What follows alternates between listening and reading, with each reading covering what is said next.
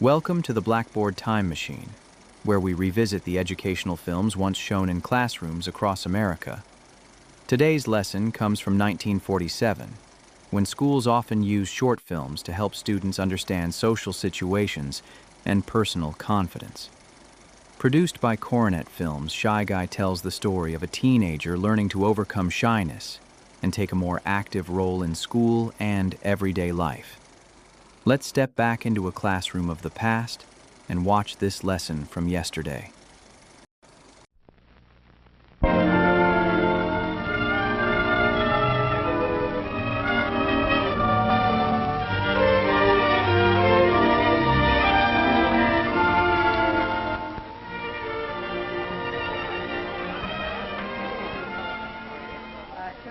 In class, it's not so bad.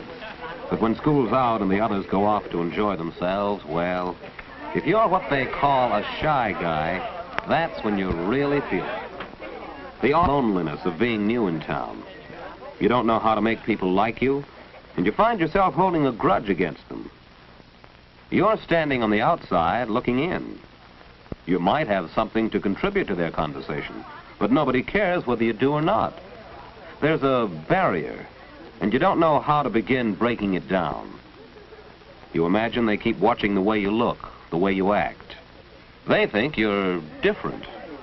So you head for home. What else? But still, you can't forget that you're alone, an outsider.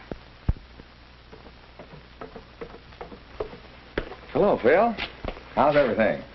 Oh, okay, I guess, Dad. Your record transmitter and microphone coming. Oh, all right, I guess. I know it isn't either. I can't figure out where to connect in the oscillator. I know I have to connect it into the amplifier, but where? It just doesn't fit in. Why not a store and get more information? And by the way, how are things going in school? Oh, okay, Dad. But school here isn't like it was back in Morristown. Well, you know, son, maybe school is like your radio. This oscillator will do its work well. But as you said, you still have to fit it in so it can work with all the other parts. I know what you're driving at, Dad, but I don't think I ever will fit in, not here. I'm different from the guys in this town. Well, as far as that goes, Phil, everybody's different. That's what makes people interesting. Maybe.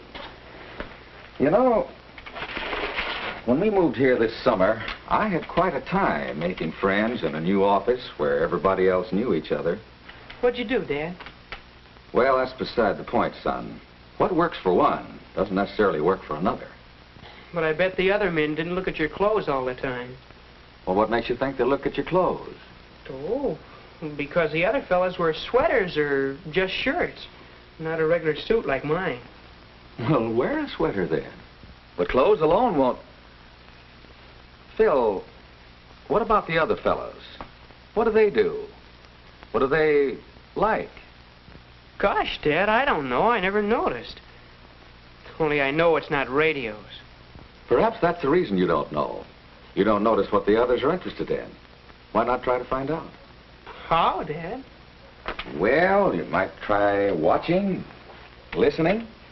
Pick out the most popular boys and girls in school and keep an eye on them. Try to figure out why people like them. Not that you'll ever be just like any of them, but you might learn something. Well, see you at dinner.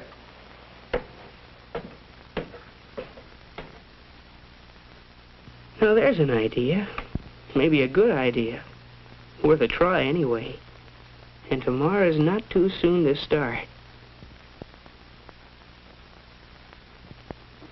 Pick out the most popular boys and girls in school and keep an eye on them. Who are they now? Some of them are right here in this class. Andy McIntyre, for instance. People like him, all right. Chick Gallagher rates high in popularity, too.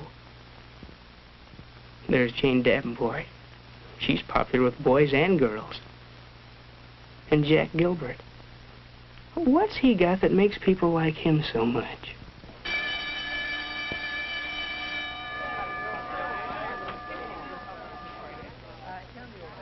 Andy's got something to say, and Jack's listening. He really seems interested. Come to think of it, Jack's always interested in what people are talking about. Maybe that's why he hits it off so well with everybody. Anyhow, Andy thinks he's a great guy. No, that's too easy. Just listening. Or what's this? Sounds like Jane's caught on to the same thing. She's listening. Hearing about Helen's collection of menus. And liking it. That makes her kingpin with Helen. Maybe there is something in this business of being a good listener. But still, there must be more to getting along with people than just wearing a sweater and listening.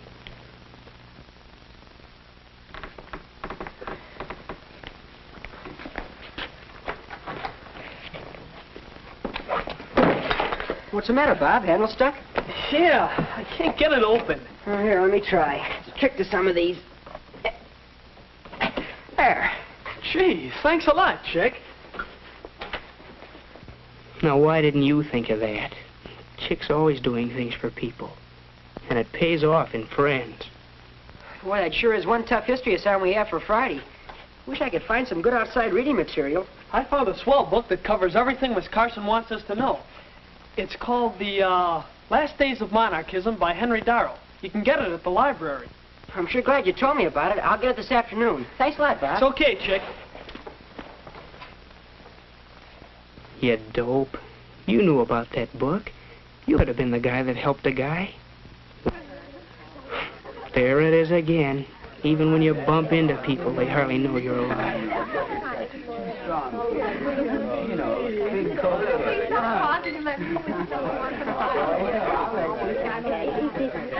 You're alone, Bud. Alone in the crowd. But keep looking around. Try to find out what the score is. Look at Jack and Beezy over there. Girls seem to like them. Why? What's the angle?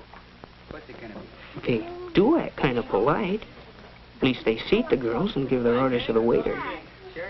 They aren't loud like some of the guys.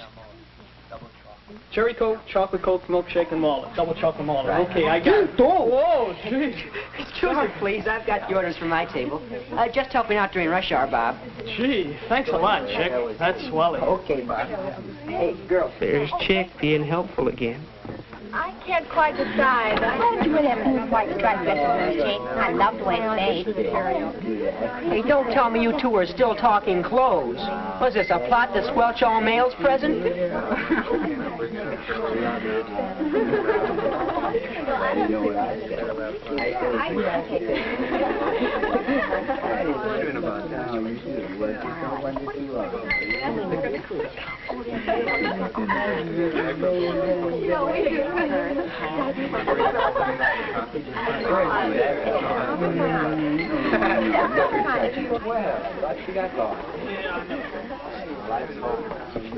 Oh, Phil, sit down. Make yourself at home. How are you? Pretty good. Come on, sit down. Hello, everybody. Okay. We men need some support to run down this girlish chatter. Hey, you want them all, don't you? Yo, Bob. The topic under discussion is the mixer next Friday night at school. You're going, aren't you? I don't know, Chick. I haven't got a date yet. Well, grab yourself a girl and come along. It's not going to be a real party. Just the class getting together for some fun. I'd like to, Chick. Yeah, I sure would.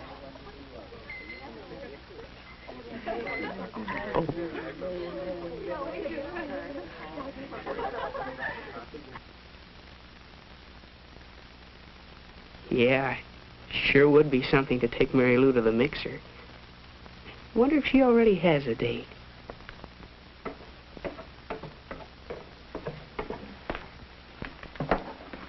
Well, how's the oscillator coming along? Hi, Dad.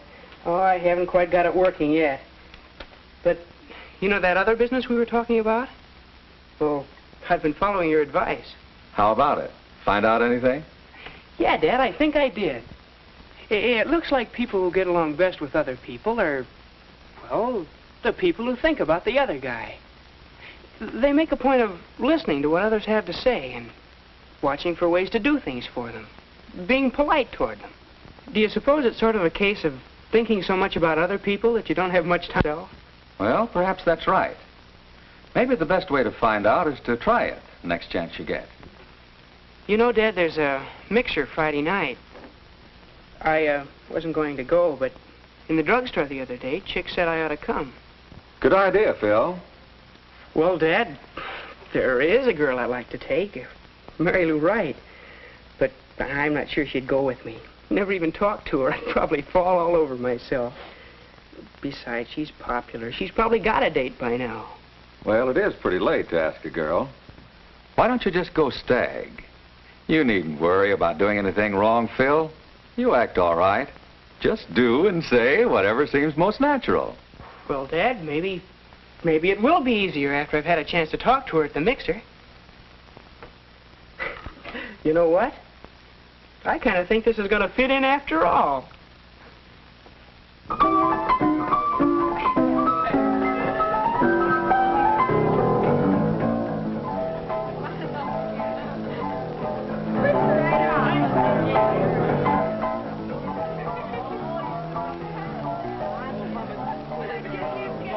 Well, this is it. Sink or swim. Oh, there's Mary Lou. She did come with another guy. Beezy Barnes. What now?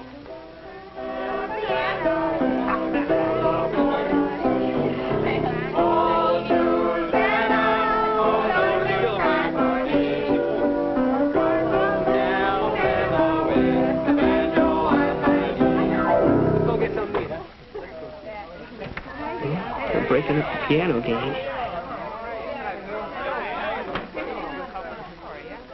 Look at Beezy, listening first to one boy, then another. It's funny the way people flock around a good listener. But what's this? They're talking about radios. It's right down your alley. They're asking Beezy about penny stock. You know the answer to that one. You could tell him. But she just to butt in.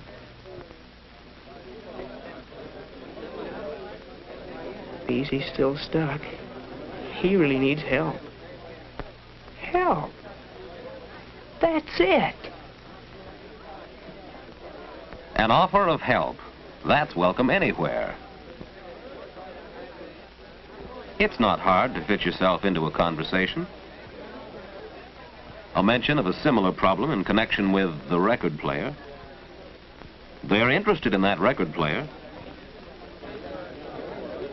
They are interested in that shy guy. They know he's alive now. And, strangely enough, he's just discovered that they're alive. Of course they'd like to see the record player. Of course they'll come over. Tomorrow afternoon. I just have to do a little more soldering and connect the oscillator into the amplifier, and everything will fit in. Oh, Phil, could you have it ready by next week and bring it over to my house? I guess so. Some of the gang's coming over Thursday night, and we could have a lot of fun with it. You will come, won't you? Well, one shy guy is on his way. Not that his worries are over. He'll still have his moments of doubt, of hesitation, of fear that he might do something wrong. But he can face these problems now because he knows that he's not really different. And while he's discovered only a few of many ways to overcome shyness, he's discovered that it can be done. And that's the main thing, isn't it?